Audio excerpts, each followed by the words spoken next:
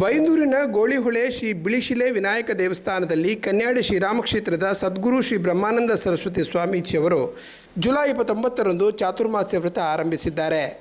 Byndoor bus ಸ್ಟ್ಯಾಂಡಿನಿಂದ ಶ್ರೀಗಳ ಚಾತುರ್ಮಾಸ ಮೆರವಣಿಗೆ ನಡೆಯಿತು.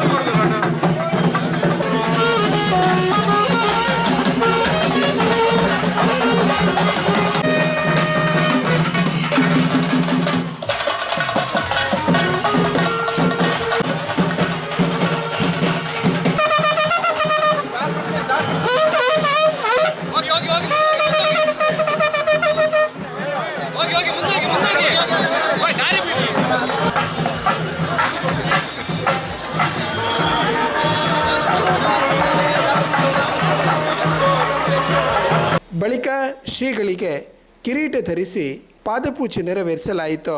ಕಂಕನಾಡಿ ಶ್ರೀ ಬ್ರಹ್ಮ ಬೈದರ್ಕಳ ಗರಡಿ ಕ್ಷೇತ್ರದ ಅಧ್ಯಕ್ಷರಾದ ಚಿತ್ತರಂಜನ್ ಅವರು ಕಿರೀಟ ತೊಡಿಸಿ ಹೂಹಾರ ಹಾಕಿ ಗೌರವ ಸಲ್ಲಿಸಿದರು. ಕ್ಷೇತ್ರದ ಮಾಜಿ ಧರ್ಮದರ್ಶಿಗಳು ಮತ್ತು ಉದ್ಯಮಿಗಳಾಗಿರುವಂತಹ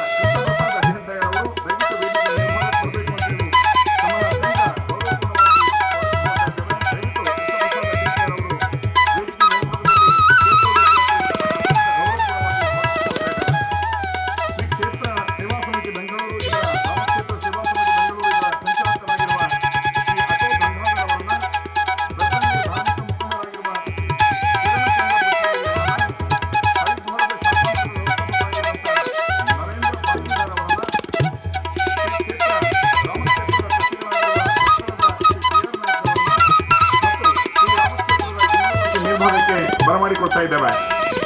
ನಾಸಿಕ್ನ ಪ್ರಧಾನ ನಿರ್ದೇಶಕರಾಗಿರುವ ಶ್ರೀ ಸಿಗಂದೂರು ಚೌಡೇ ಕ್ಷೇತ್ರದ ಶ್ರೀ ರವಿಕುಮಾರ್ ಅವರು ದಯವಿಟ್ಟು ವೇದಿಕೆ ಮೇಲ್ಭಾಗಕ್ಕೆ ಬರಬೇಕು. ನಮ್ಮ ಸಮಿತಿಯ ಗೌರವಾಧ್ಯಕ್ಷರು ಮತ್ತು ಗುರುಗಳ ಅತ್ಯಂತ ಪ್ರೀತಿ ಶಿಷ್ಯರಾಗಿರುವ ಭಟ್ಕಳದ ಗೌರವಾನ್ವಿತ ಶಾಸಕರು ಮತ್ತು ಮಾಜಿ ಸಚಿವರಾಗಿರುವ ಶ್ರೀ ಮಂಕಾಳ ವೈದ್ಯ ಅವರನ್ನ ವೇದಿಕೆ ಮೇಲ್ಭಾಗಕ್ಕೆ ಅತ್ಯಂತ ಪ್ರೀತಿಯಿಂದ ಬರಮಾಡಿಕೊಡ್ತಾರೆ.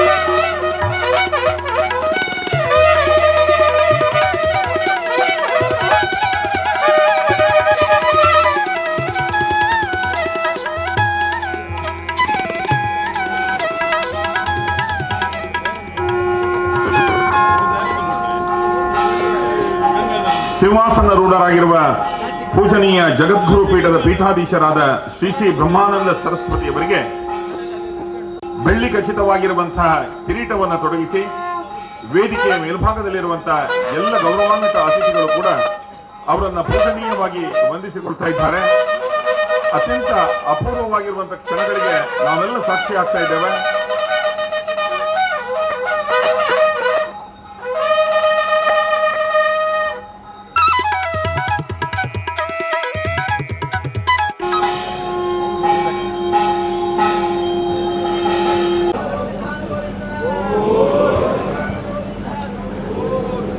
ಬಿಜೆಪಿ ರಾಷ್ಟ್ರೀಯ ಪ್ರಧಾನ ಕಾರ್ಯದರ್ಶಿ BL ಸಂತೋಷ್ ಅವರು ಧರ್ಮಸಭೆಯನ್ನು ಉದ್ಘಾಟಿಸಿದರು.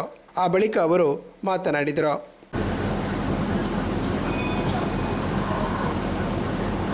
ಅಜ್ಞಾನತಿಮಿರಾಂಧಸ್ಯ ಜ್ಞಾನಾಂಜನಶಲಾಕಯ ಚಕ್ಷುರುನ್ಮಿಲಿತಂ ಯೇನ ತಸ್ಮೈ ಶ್ರೀ ಗುರುವೇ ನಮಃ ಅನ್ನೋದು ನಮ್ಮ ಪರಂಪರೆಯ, ನಮ್ಮ ಸಂಸ್ಕೃತಿಯ, ನಮ್ಮ ಆಧ್ಯಾತ್ಮ ಕ್ಷೇತ್ರದ ಒಂದು ಪವಿತ್ರವಾಗಿರ್ತಕ್ಕಂಥ ಶ್ಲೋಕ. ಇವತ್ತು ಆದಿಗುರು ವೇದವ್ಯಾಸರ ನೆನಪಿನಲ್ಲಿ, ಅವರು ಮಾಡಿರ್ತಕ್ಕಂಥ ಕೆಲಸದ ನೆನಪಿನಲ್ಲಿ, ಜಗತ್ತಿಗೆ ಅವರು ಹಂಚಿರ್ತಕ್ಕಂಥ ಜ್ಞಾನ ಭಂಡಾರದ ನೆನಪಿನಲ್ಲಿ ಇವತ್ತು ಆಷಾಢ ಹುಣ್ಣಿಮೆಯ ದಿನವನ್ನು ನಮ್ಮ ದೇಶದಲ್ಲಿ ಹಿಂದೂ ಪರಂಪರೆಯಲ್ಲಿ, ಸನಾತನ ಸಂಸ್ಕೃತಿಯಲ್ಲಿ ಗುರು ಪರಂಪರೆಯ ಆರಾಧ್ಯದ ದಿನವಾಗಿ ಶ್ರೀ ಗುರು ಪೂರ್ಣಿಮೆ ಅನ್ನುವಂಥ ಹೆಸರಿನಲ್ಲಿ ನಾವೆಲ್ಲರೂ ಕೂಡ ಆಚರಿಸ್ತೀವಿ. ಅದೇ ಆಚರಣೆಯ ಭಾಗವಾಗಿ, ಅದೇ ಜೀವನ ಪದ್ಧತಿಯ ಭಾಗವಾಗಿ ನಾನು ಆರಂಭದಲ್ಲಿ ಹೇಳಿರ್ತಕ್ಕಂಥ ಶ್ಲೋಕ ಕೂಡ ನಮ್ಮ ಮಧ್ಯದಲ್ಲಿ ಅತ್ಯಂತ ಪ್ರಚಲಿತವಾಗಿದೆ. ಗುರು ಯಾರು ಅಂತ ಕೇಳಿದರೆ ಪಾಠ ಮಾಡೋನ್ ಗುರು ಅಂತ ಅಲ್ಲ. ನಮ್ಮ ದೇಶದಲ್ಲಿ ಗುರು ಯಾರು ಅಂತ ಕೇಳಿದರೆ ಅಜ್ಞಾನದಿಂದ ಕುರುಡಾಗಿರ್ತಕ್ಕಂಥ ನಮ್ಮ ಕಣ್ಣುಗಳನ್ನು ಜ್ಞಾನ ಅಂತಕ್ಕಂಥ ಕಾಡಿಗೆಯನ್ನು ಕಡ್ಡಿಯ ಮುಖಾಂತರ ಹಚ್ಚೋದ್ರ ಮುಖಾಂತರ ಯಾರು ಜೀವನ ದೃಷ್ಟಿಯನ್ನು ಕೊಡ್ತಾರೋ ಅವರನ್ನ ಈ ದೇಶ ಗುರು ಅಂತ ಕರೀತು. ಆ ಜೀವನ ದೃಷ್ಟಿಯಲ್ಲಿ ಪಾಠವೂ ಇದೆ, ಆ ಜೀವನ ದೃಷ್ಟಿಯಲ್ಲಿ ಆಟವೂ ಇದೆ, ಆ ಜೀವನ ದೃಷ್ಟಿಯಲ್ಲಿ ಇವೆಲ್ಲಕ್ಕಿಂತ ಮಿಗಿಲಾಗಿರ್ತಕ್ಕಂಥ ಮೌಲ್ಯಗಳ ಪಾಠ ಕೂಡ ಇದೆ. ಅದನ್ನು ಈ ದೇಶದಲ್ಲಿ ಗುರು ತನ್ನ ಬದುಕನ್ನೇ ಉದಾಹರಣೆಯಾಗಿ ಕೊಡ್ತಾ, ತನ್ನ ಕುಟುಂಬವನ್ನೇ ಉದಾಹರಣೆಯಾಗಿ ಕೊಡ್ತಾ, ಶಿಷ್ಯರ ಮಧ್ಯದಲ್ಲೇ ಜೀವಿಸ್ತಾ, ಆ ಶಿಷ್ಯರನ್ನು ಕೂಡ ಗುರುವಿನ ಸ್ಥಾನಕ್ಕೆ ತಗೊಂಡೋಗ್ತಕ್ಕಂಥ, ಮನುಷ್ಯನಲ್ಲಿ ದೈವತ್ವವನ್ನು ನಿರ್ಮಾಣ ಮಾಡ್ತಕ್ಕಂಥ ಒಂದು ಪವಿತ್ರವಾಗಿರ್ತಕ್ಕಂಥ ಕೆಲಸವನ್ನ ಈ ದೇಶದ ಗುರುಗಳು ಸನಾತನ ಸಮಯದಿಂದ, ಆದಿಕಾಲದಿಂದ ಈ ದೇಶದಲ್ಲಿ ನಡೆಸ್ಕೊಂಡು ಬಂದಿದ್ದಾರೆ. ಈ ಸಂಸ್ಕೃತಿಯೊಳಗೆ ಅದು ಹಾಸುಹೊಕ್ಕಾಗಿದೆ. ವೇದವ್ಯಾಸರನ್ನ ಆ ಕಾರಣಕ್ಕೆ ವೇದಗಳು ಒಟ್ಟಾಗಿದ್ದನ್ನ ಅದರ ಜ್ಞಾನದ ಶಾಖೆಯ ಅನುಸಾರ ಅದನ್ನ ಚತುರ್ವೇದವಾಗಿ ತನ್ನ 12,000 ಶಿಷ್ಯರ ಜೊತೆಗೆ ಪರಿಶ್ರಮದಿಂದ ಅವರು ಅದನ್ನ 4 ವೇದವಾಗಿ ವಿಂಗಡಿಸ್ತಾರೆ. ಜಗತ್ತಿಗೆ ಚತುರ್ವೇದಗಳನ್ನ ಕೊಡ್ತಾರೆ, ಗುರುಕುಲದ ಮುಖಾಂತರ ಕೊಡ್ತಾರೆ. ಹಾಗಾಗಿ ಅವ್ರನ್ನ ಆದಿಗುರು ಅಂತ ಕರೆದ್ರು. ಹಾಗಾಗಿ ಇವತ್ತು ಗುರುಪೂರ್ಣಿಮೆ. ಆ ಗುರುಪೂರ್ಣಿಮೆಯ ದಿನ ನಾಡಿನಾದ್ಯಂತ ಸಾಧುಗಳು, ಸಂತರು, ಈ ಥರದ ಎಲ್ಲರೂ ಕೂಡ ತಮ್ಮ ಅಧ್ಯಯನಕ್ಕೆ ಪೂರಕವಾಗಿರ್ತಕ್ಕಂಥ ಚಾತುರ್ಮಾಸ ವ್ರತವನ್ನ ಆಷಾಢ ಹುಣ್ಣಿಮೆಯ ಈ ದಿನದಿಂದ ವಿನಾಯಕ ಚತುರ್ಥಿಯವರೆಗೆ 48 ದಿನಗಳ ಒಂದು ಮಂಡಲದಲ್ಲಿ ಈ ದೇಶದಲ್ಲಿ ಆಚರಣೆ ಮಾಡ್ತಕ್ಕಂಥ ಒಂದು ಬಹುದೊಡ್ಡದಾಗಿರ್ತಕ್ಕಂಥ ಧಾರ್ಮಿಕ, ಆಧ್ಯಾತ್ಮಿಕ, ಸಾಂಸ್ಕೃತಿಕ, ಸಾಮಾಜಿಕ ಪದ್ಧತಿ ನಮ್ಮ ದೇಶದಲ್ಲಿ ನಡ್ಕೊಂಡು ಬಂದಿದೆ. ವೃತಾಚರಣೆ ಸಮಿತಿಯ ಗೌರವಾಧ್ಯಕ್ಷರಾದ ಗೋಪಾಲ್ ಪೂಜಾರಿ, ಅಧ್ಯಕ್ಷ ಗುರುರಾಜ್ ಗಂಟಿಹೊಳೆ, ಮಾಜಿ ಸಚಿವರಾದ ಮಾಂಕಾಳಿ ಎಸ್ ವೈದ್ಯ, ಶಿವಾನಂದ ನಾಯ್ಕ್, ಶಾಸಕರಾದ ಗುರ್ಮೆ ಸುರೇಶ್ ಶೆಟ್ಟಿ, ಕಿರಣ್ ಕುಮಾರ್, ಯಶ್ಪಾಲ್ ಸುವರ್ಣ, ಡಾಕ್ಟರ್ ವೈ ಭರತ್ ಶೆಟ್ಟಿ, ಹರೀಶ್ ಪೂಂಜಾ, ಮಾಜಿ ಸಂಸದರಾದ ನಳಿನ್ ಕುಮಾರ್ ಕಟೀಲ್, ಮಾಜಿ ಶಾಸಕರಾದ ಸುನಿಲ್ ನಾಯ್ಕ್ ಭಟ್ಕಳ, ಸಂಜೀವ ಮಟ್ಟಂದೂರು, ಪ್ರಮುಖರಾದ ಎಸ್ ರಾಜು ಪೂಜಾರಿ, ಗೋವಿಂದ ಬಾಬು ಪೂಜಾರಿ, ದಿನೇಶ್ ಅಮೀನ್, ಹರಿಕೃಷ್ಣ ಬಂಟ್ವಾಳ ಮುಂತಾದವರು ವೇದಿಕೆಯಲ್ಲಿದ್ದರು. ಕೊನೆಯಲ್ಲಿ ಶ್ರೀಗಳು ಆಶೀರ್ವಚನವಿತ್ತರು. ಸುಖಸ್ಯ ಮೂಲಂ ಧರ್ಮ ಅಂತ ಋಷಿವಾಣಿ. ನಾವು ನೀವೆಲ್ಲ ಇಲ್ಲಿ ಸೇರಿದ್ಯಾಕೆ? ನಾವೆಲ್ಲ ಸುಖ, ಶಾಂತಿ, ನೆಮ್ಮದಿಯನ್ನ ಆಸ್ವಾದಿಸಬೇಕಂತೆ. ಅದಕ್ಕೆ ಋಷಿ ಮುನಿಗಳು ಹೇಳಿದ್ರು ಸುಖಸ್ಯ ಮೂಲಂ ಧರ್ಮ ಅಂತೆ. ಆ ಧರ್ಮದ ಅಂತರಾಳದಲ್ಲಿ ಸುಖ ಇದೆ ಅಂತ ಹೇಳಿದ್ರು. ಹಂಗಂದ್ರೆ ಸುಖ ಏನು, ಧರ್ಮ ಏನು ಸ್ವಲ್ಪ ತಿಳ್ಕೊಬೇಡವಾ? ಒಂದು ದೇಶದಲ್ಲಿ ಒಂದು ಕಾಲದಲ್ಲಿ ಒಂದು ವ್ಯಕ್ತಿಗೆ ಸುಖ ಆಗಿರೋದು, ಇನ್ನೊಂದು ದೇಶದಲ್ಲಿ ಇನ್ನೊಂದು ಕಾಲದಲ್ಲಿ ಇನ್ನೊಂದು ವ್ಯಕ್ತಿಗೆ ಸುಖ ಆಗಿರೋದಿಲ್ಲ. ಹೊರದೇಶಕ್ಕೆ ಹೋದ್ರೆ ಶಾಸಕರೆಲ್ಲ ತುಂಬಾ ಫಾರಿನ್ ಪ್ರವಾಸ ಮಾಡಿದ್ರು. ನನಗೆ ಅಷ್ಟೇನು ಅನುಭವ ಇಲ್ಲ. ನಾನೊಂದು ಮಾನಸ್ ಸರೋವರ, ತಿಬ್ಬತ್, ಚೈನಾ ಹೋಗಿರ್ಬೋದು. ಹೊರದೇಶಕ್ಕೆ ಹೋದ್ರೆ ಅಲ್ಲಿ ಒಂದು ಕಾಲದಲ್ಲಿ ಬ್ರೆಡ್ ಬಟರ್ ತಿನ್ನೋದು ಸುಖ, ಬ್ರೆಡ್ ಜಾಮ್ ತಿನ್ನೋದು ಸುಖ. ಇಲ್ಲಿ ಬಂದ್ರೆ ಗುರುಗಳಿಗೆ ಪ್ರಸಾದಕ್ಕೆ ಏನು ವ್ಯವಸ್ಥೆ ಮಾಡಲಿ ಅಂತ ನಮ್ಮ ನಾಸಿಕ್ ಗಂಗಾಧರ ಅಥವಾ ಬೋಂಟ್ರರು ಕೇಳಿದ್ರೆ ಅಣ್ಣ ಸ್ವಲ್ಪ ಅನ್ನ ಸಾಂಬಾರು ಮಾಡಪ್ಪ ಅಂತ ಹೇಳ್ತಾರೆ. ದೇಶಾಧಾರಿತ ಸುಖ.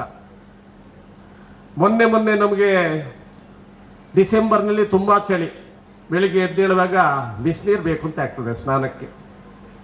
ಅದೇ ಏಪ್ರಿಲ್ ಮೇನಲ್ಲಿ ಬೇಡ, ಕೊಟ್ಟರು ಮೈ ಊರು ಕೊಡ್ತದೆ, ತಣ್ಣೀರು ಬೇಕು ಅಂತ ಆಗ್ತದೆ. ಕಾಲಾಧಾರಿತ ಸುಖ. ಇಂತಹ ಪುಣ್ಯ ಭೂಮಿಯಲ್ಲಿ ಕಾರ್ಯಕ್ರಮ ಒಂದು ಮೇ ತಿಂಗಳಲ್ಲಿ ಇಟ್ಕೊಳ್ತೀವಿ ಅಂತ ಹೇಳೋಣ. ದೊಪ್ಪನೆ ಮಳೆ ಬರ್ತದೆ, ತಾಯಂದ್ರು ಸಪಿಸ್ತಾರೆ, ಏನು ಗ್ರಾಚಾರ ಮಳೆ ಹಾಳಾಗಿ ಹೋಯ್ತು ಅಂತೆ ಬಸ್ ಸ್ಟ್ಯಾಂಡ್ನಲ್ಲಿ ನಿಂತು. ನನ್ನಂತ ರೈತ ವರುಣದೇವನಿಗೆ ನಮಸ್ಕಾರ ಮಾಡ್ತಾನೆ, ಸ್ವಾಮಿ ನಮಗೆ ಒಂದು ಇನ್ನು 10 ದಿವಸ ಪಂಪ್ ಚಾಲು ಮಾಡೋದು ನಿಂತೋಯ್ತು, ದೇವರಿಗೆ ನಮಸ್ಕಾರ ಮಾಡ್ತಾರೆ. ವ್ಯಕ್ತಿ ಆಧಾರಿತ ಸುಖ. ಹಾಗಾದ್ರೆ ನಿಜವಾದ ಸುಖ ಎಲ್ಲಿದೆ? ಸುಖಸ್ಯ ಮೂಲಂ ಧರ್ಮ. ಧರ್ಮ ಅಂದ್ರೆ ಏನು? ಲೌಕಿಕವಾಗಿ, ಪಾರಮಾರ್ಥಿಕವಾಗಿ ಸಮಷ್ಟಿಗೆ ಯಾವುದು ಹಿತವನ್ನು ಕೊಡ್ತದೆ ಅದೇ ಧರ್ಮ. All head miss flax are dharma, all in head miss flax are adharma ಅಂತ ಶಂಕರಾಚಾರ್ಯ ಹೇಳ್ತಾರೆ. ಆ ನಿಟ್ಟಿನಲ್ಲಿ ನಾವು ಈ ಚಾತುರ್ಮಾಸವನ್ನ ಯಾಕೆ ಬಹಿರ್ಮುಖ ಮಾಡ್ತೇವೆ? ನಾವು ಯಾವಾಗಲೂ ಚಾತುರ್ಮಾಸದಲ್ಲಿ ವ್ರತಾನುಷ್ಠಾನದಲ್ಲಿ ಇರುವವರು. ಈಗ ನಮ್ಮ ಬಿ ಎಲ್ ಸಂತೋಷ್ ಅವರು ಹೇಳಿದ್ವಿ, ಸನ್ಯಾಸಿಗಳಿಗೆ ಬೇಡ. ಆದ ಸನ್ಯಾಸಿಗಳಿಗೆ ಕುರ್ಚಿನಲ್ಲಿ ಕೂತ ಮೇಲೆ ಅಧ್ಯಾಪಕನ ಕೆಲಸ ಇದೆ, ಸಮಾಜವನ್ನು ತಿದ್ದತಕ್ಕಂಥದ್ದು. ಕಾಲಕ್ಕೆ ಸಮಾಜಕ್ಕೆ ಯಾವ ಪ್ರೋಟೀನ್ ಬೇಕು, ವಿಟಮಿನ್ ಬೇಕು, ಮಿನರಲ್ಸ್ ಬೇಕು ಅಂತ ತಿಳ್ಕೊಂಡು ಹಂಚತಕ್ಕಂಥ ಕೆಲಸವನ್ನು ಅಧ್ಯಾತ್ಮ ಸತ್ಸಂಗದ ಮುಖಾಂತರ ನಾವು ಮಾಡ್ತೇವೆ. ಎಷ್ಟೋ ಸಲ ನಿಮಗೆ ಸಂಶಯ ಆಗ್ತದೆ, ಗುರುಗಳ ಹತ್ರ ಹೋದ್ರೆ ಏನು ಪ್ರಯೋಜನ? ಈಗ ಸ್ವಾಮಿಗಳು ಕಾರ್ಯಕ್ರಮ ಮಾಡ್ತಾರೆ, ನಮಗೇನು ಪ್ರಯೋಜನ? ಪ್ರಹ್ಲಾದ ತಂದೆ ಹೇಳ್ತಾನೆ, ನಿನ್ನ ಶ್ರೀಯರು ಎಲ್ಲಿ ಇದ್ದಾನೆ? ಈ ಕಂಬದಲ್ಲಿದ್ದಾನೆ, ಈ ಕಂಬಲದಲ್ಲಿ ಅವನು ಇಲ್ಲಿ ಇದ್ದಾನೆ, ಅಲ್ಲಿ ಇದ್ದಾನೆ, ಎಲ್ಲೆಲ್ಲಿ ಇದ್ದಾನೆ ಅಂತ ಹೇಳ್ತಾನೆ. ಹಾಗೆಯೇ ಭಗವಂತನನ್ನ ನಾವು ಕಾಣುವಂತ ಅಭ್ಯಾಸ ಮಾಡಬೇಕು. ಉದಾತ್ತವಾದಂಥ ಸತ್ಯವೊಡನೆ ನಮ್ಮ ಸಂಬಂಧವನ್ನು ಬೆಳೆಸಿದಾಗ ಯದ್ಭಾವಂ ತದ್ಭವತಿ ಕೀಟಭ್ರಮರ ನ್ಯಾಯ ಅಂತ ಹೇಳ್ತೇವೆ. ಚರಂಡಿಯಲ್ಲಿರೋ ನೀರು ಗಂಗೆಯನ್ನು ಸೇರಿಸಿದಾಗ ಗಂಗೆಯಾಗಿರ್ತದೆ. ದರ್ ಈಸ್ ನೋ ಡಿಸ್ಕ್ರಿಮಿನೇಷನ್ ನೋಡ. ಅದೇ ತರ ಸಾಮಾನ್ಯ ಒಂದು ಭಿಕ್ಷುಕಿ ಹುಡುಗಿ ಅವನಿಗೆ ರಾಜನಿಗೆ ಮದುವೆ ಮಾಡಿದರೆ ಯಾವುದೋ ಪಂಚಮ ವರ್ಗದಿಂದ ಬಂದಿರಬಹುದು, ಅಂತ ಹುಡುಗಿ ರಾಜನಿಗೆ ಮದುವೆ ಮಾಡಿದ್ರೆ ನಾನು ರಾಣಿ ಅಂತ ಹೇಳ್ತಾಳೆ. ಸಾಮಾನ್ಯ ಒಂದು ಬಳ್ಳಿ ನೆಲದಲ್ಲಿದ್ದು ಅದು ಆಡು ದನ ತಿಂದು ಮುಗಿಸ್ತದೆ, ಮರಕ್ಕೆ ಆದ್ರೆ ಹಣ್ಣು ಹಂಪಲು ಕೊಡ್ತದೆ. ಅದನ್ನ ಅಭ್ಯಸಿಬಿಟ್ರೆ ಉದಾತ್ತವಾದಂತಹ ಸತ್ಯವೊಡನೆ ನಮ್ಮ ಸಂಬಂಧವನ್ನು ನಾವು ಮಾಡಬೇಕಂತೆ. ಅಪಾರ ಸಂಖ್ಯೆಯ ಭಕ್ತಾದಿಗಳು ಗುರುಗಳ ಮಂತ್ರಾಕ್ಷತೆಯ ಪ್ರಸಾದವನ್ನು ಸ್ವೀಕರಿಸಿದರು. ನಂತರ ಅನ್ನದಾನ ನೆರವೇರಿತು.